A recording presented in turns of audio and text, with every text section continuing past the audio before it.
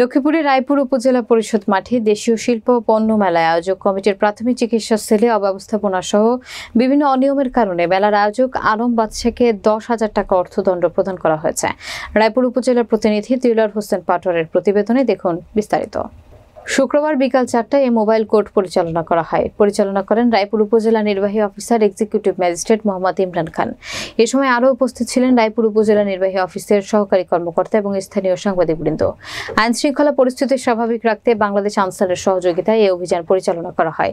অভিযান পরিচালনার সময় মোটরসাইকেল পার্কিং এর সাইনবোর্ড জব্দ করা হয়। এবং আজকে সকালে বিভিন্ন গ্রাহকের অভিযোগের প্রেক্ষিতে আজকে আমরা এখানে এসেছি।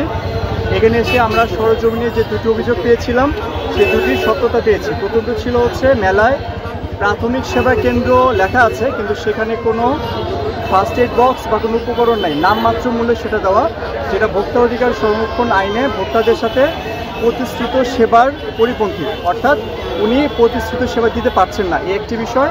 আর দ্বিতীয় বিষয় হচ্ছে উনি এখানে পার্কিং লট স্থাপন করেছেন, যেখানে উনি নিজ উদ্যোগে করছেন, কিন্তু ওনার যে এমপ্লয়ি উনি বলতেছেন যে এটা হচ্ছে উপজেলা প্রশাসন বা এখান থেকে আমাদের করানো।